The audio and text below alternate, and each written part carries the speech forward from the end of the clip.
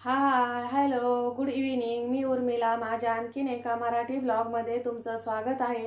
आजचा दिवस तुम्हाला सुखाचा, समृद्धीचा आणि आरोग्याचा जावो ही ईश्वर चरणी प्रार्थना. तर चला संध्याकाळचे ना 5:30 वाजले. 5:30 वाजता व्हिडिओला सुरुवात केली आहे, तर व्हिडिओ स्किप न करता पूर्ण बघा. तर चला, मी ना गावरान तूप म्हणजे तूप केलंय, तर कढवायला ठेवलंय चुलीवरती. लोणी काढले ना, तर चुलीवरती तूप काढवायला ठेवलंय. आता घरातली झाडझूड पण झाली, भांडे पण घासून आणले दुपारचे जे होते ते. तर इथून पुढचं जे रुटीन आहे ना ते तुमच्या संग शेअर करते, तर व्हिडिओ स्किप न करता पूर्ण बघा. इथं चुलीवर आहे ना तूप कडू राहिलं. तर बघा, अजून भरपूर वेळ आहे. तर चला, चुलीवर आहे ना तूप काढवायला ठेवलंय, तर वेळ पण भरपूर आहे तूप काढवायला. तर म्हटलं चला बाहेरचं झाडून घ्यावं, कारण पानं खूप पडतं ह्या दिवसांमध्ये ना. खूप झाडांची पानगळती होती ना, त्यामुळे ना सारखं पानं पडत राहतं. तर बघा किती पानं पडले झाडाचे. आणि एवढे हे पानं आहे ना सगळे रामफळाचेच पडलेले आहे. तर बघा, हे एवढे पानं पडले, एवढे झाडून घेते आता अगोदर. घरापुढं पण चांगलं वाटत नाही ना, ते कस तरीच दिसतं, ते व्यवस्थित दिसत नाही. तर मग सगळे अंगणातले ओट्यावरचे सगळे पानं झाडून एका साईडला लावून देते, म्हणजे मग नंतर आहे ना जाळून टाकता येतात. तर म्हटलं तोपर्यंत तूप पण कडून होतं, त्यानंतर मग खुरसणीची चटणी पण करायची आहे.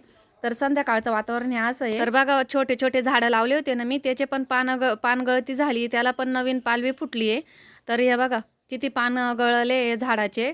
तर काहीच पानं राहिले नाही आहे. तर एवढे पानं गळून गेले. तर वारं सुटतं आणि ह्या महिन्यामध्ये पानगळती पण होती, त्यामुळं सारखे पानं गळत असतात. तर आता आहे ना सर्व झाडून घेतलंय. तर बघा, इथं पण पानं झाडून आणि जाळून टाकले होते. तर चला, आता आहे ना तूप पण कडवायचं झालं काय ते बघून घेते, आणि हे पण पटकन झाडून घेते, नंतर बोलते तुमच्याशी. तर चला, आता आपण आहे ना खुरसणीची मिरची करायची आहे. अशी काळी खुरसणी असती, तर तिची मिरची करायची आहे. त्यासाठी मी मिरच्या घेतल्या, शेंगदाणे घेतले, खुरसणी घेतली आणि भरपूर असा लसूण घेतला. तर आता आपण सुरुवातीला भाजून घेऊ. तर आता आपण सुरुवातीला शेंगदाणे भाजून घेऊ.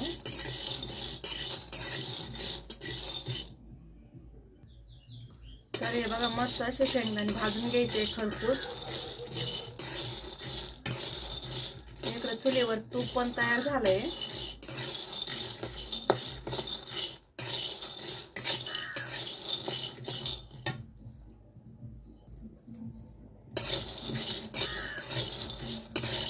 तर हे बघा, शेंगदाणे चांगले भाजले, काढून घेते.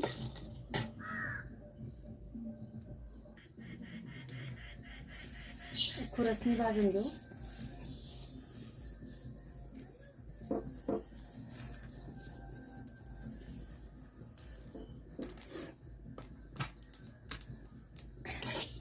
खुरसणी काळी राहते, भाजली काही समजत नाही, पण मग तडतड वाजली का समजून घ्यायचं खुरसणी चांगली भाजली आहे.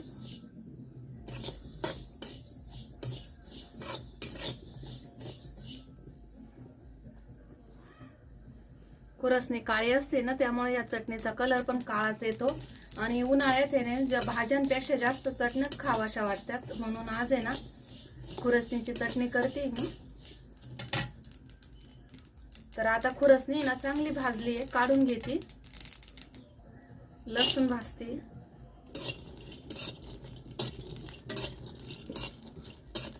तर बघा, लसूण पण चांगला भाजला आहे. हे बघा, भाजून घेते.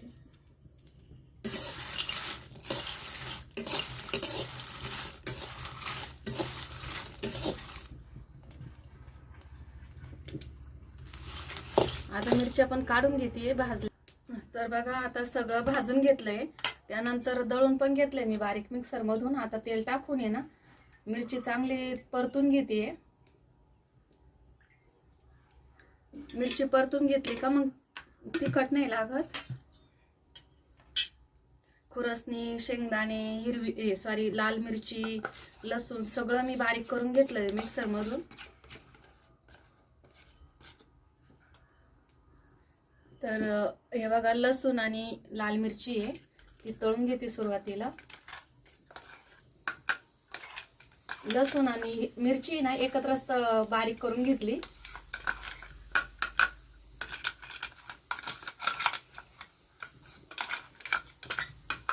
आणि कारण आज भाजून घेतलंय आधी पण मिरची.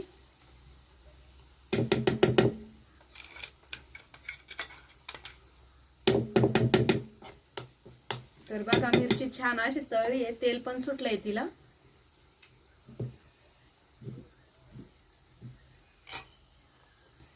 तर हे बघा लसूण आणि हे बघा शेंगदाणी आणि खुरसणी ती पण बारीक करून घेतली, दोन्ही मिक्स करून घेते आता.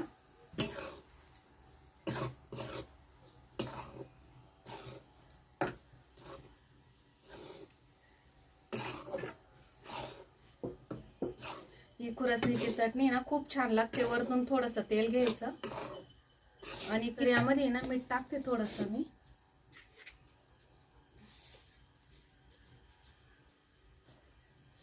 तर हे बघा एवढं मीठ टाकते.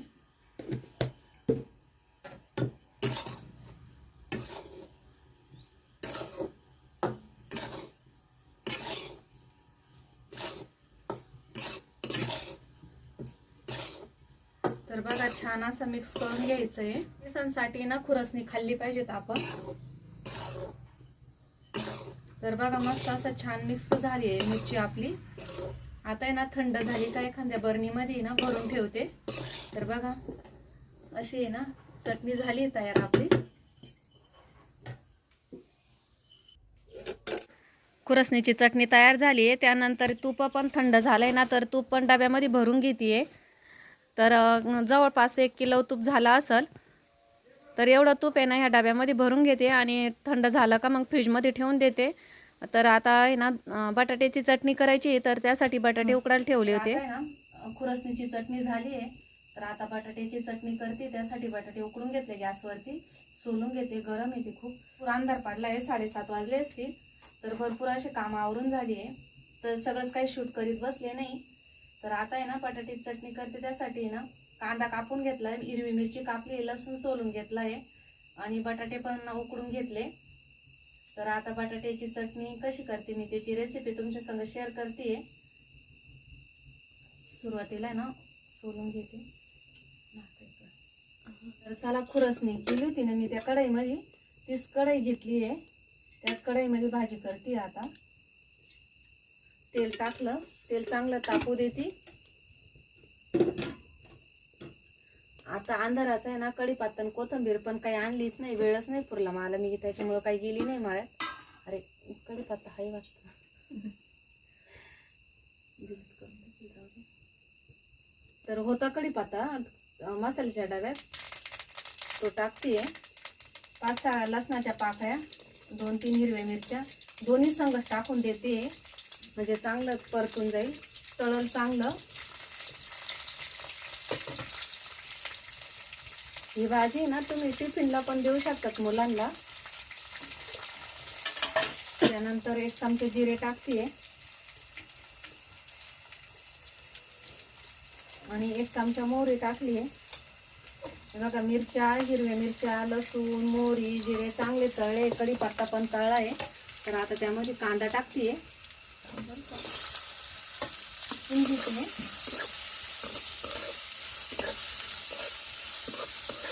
मस्त बारीक कांदा कापले आहे, पटकन परतल्यामुळे. यामध्ये मीठ टाकते, थोडंसं मीठ टाकते.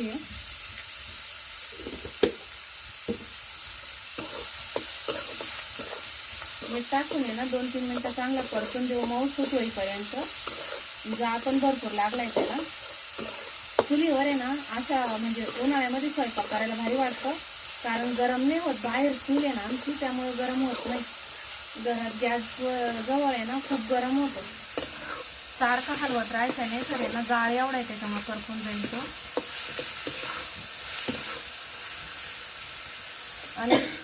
आणि ह्या भाजीमध्ये ना तुम्ही मॅगी मसाला टाकला ना तरी पण चालेल, त्याने खूप छान टेस्ट लागते. जर तो नसला ना तर मग गोडा मसाला टाकायचा थोडासा, नाहीतर मग पावभाजी मसाला, तिन्हीतून कोणता एक मसाला टाकला ना खूप छान भाजी लागते. आणि थोडेसे शेंगदाणे कुटून टाकायचे, म्हणजे मुलांना जर शेंगदाणे दिले ना टिफिनला जर शेंगदाण्याचं कूट टाकून भाजी दिली ना खूप आवडते. त्यामुळं आहे ना थोडंसं शेंगदाण्याचं कूट पण टाकायचा. आता मी संध्याकाळच्या जेवणासाठी करते म्हणून काही शेंगदाण्याचं कूट नाही टाकणार आहे, कारण आमच्या बाबांना आवडत नाही शेंगदाण्याचं कूट, त्यामुळे मी नाही टाकणार. चालेल ना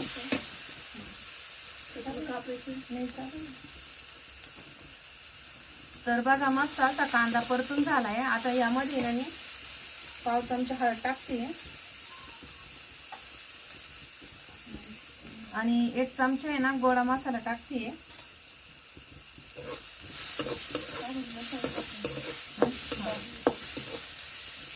आणि थोडासा परत जेवढा गोडा मसाला टाकला ना, पावभाजी मसाला टाकलाय.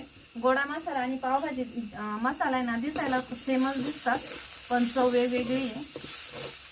तर बघा मस्त असे मसाले आपले परतून झाले. तर आता यामध्ये ना मी बटाटा टाकते.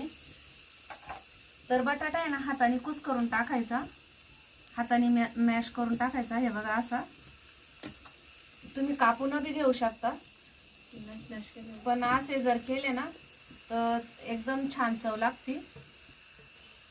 करून बघा अशा पद्धतीने.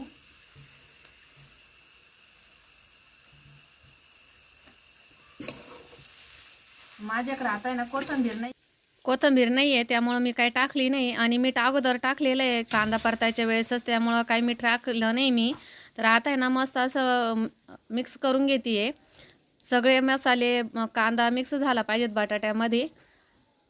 कोथिंबीर आज जर असली ना तर खूप छान भाजी दिसते बी छान आणि लागते बी. काय म्हणतात, वाणाला पण लागते आणि गुणाला पण लागते. ते वाणाला दिसते आणि गुणाला लागते, सॉरी. तर मस्त अशी भाजी झाली आहे आपली. तर हे बघा थोडंसं तेल कमी वाटते म्हणून मी थोडं तेल टाकलं आहे, कारण अगोदर तेल थोडं माझ्याकडून कमी झालं होतं ना. तर बटाटे टाकल्यानंतर आहे ना तेल थोडं कमी वाटलं, त्यामुळं मी थोडंसं टाकलं आहे वरतून. आता तेल टाकलं आहे त्यामुळं 2-1 मिनटं चांगली परतून घेते परत. तर बघा 2-1 मिनटं झाली आहे. आता भाजी उतरून ठेवते आणि पोळ्या करून घेते. तर पोळ्या पण मी चुलीवरतीच करणार आहे. तर चला आता आहे ना पोळ्या करून घेते. भाजी झाली, खुरसणीची मिरची पण झाली आणि बटाटे चटणी पण झाली आणि आज पोळ्या करते आता. तर पीठ भिजवून ठेवलं होतं मी अगोदरच. तर परत थोडंसं आहे ना तेल लावून मळून घेते.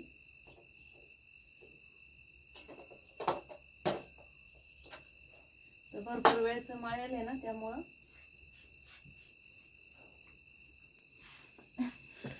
किती राहिले मम्मी?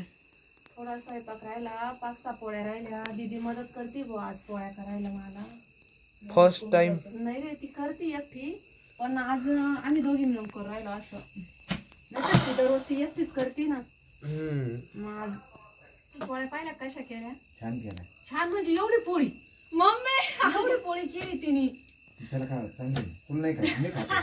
पाहिलं ना, मुलीची बाजू लगेच बापानी उचलली. मुलीने मोठी पोळी केली लेकीने, म्हणून बापानी लगेच बाजू उचलून घेतली. तर तेच पोळी खाणार आहे. मी जर केली मग मी लाडकी आहे ना म्हणून पप्पा बोलले. तर असं आहे का?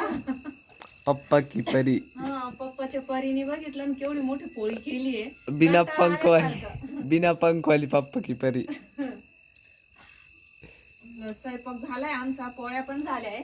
तर चला आता जेवण करून घेतो. बटाट्याची चटणी केली आहे मस्त, खुरसणीची चटणी केली आहे इथं आणि खुरसणीची चटणी केली आहे. भैयाला आवडते ना तुझ्या आवडीची. तर चला आता जेवण करून घेऊ.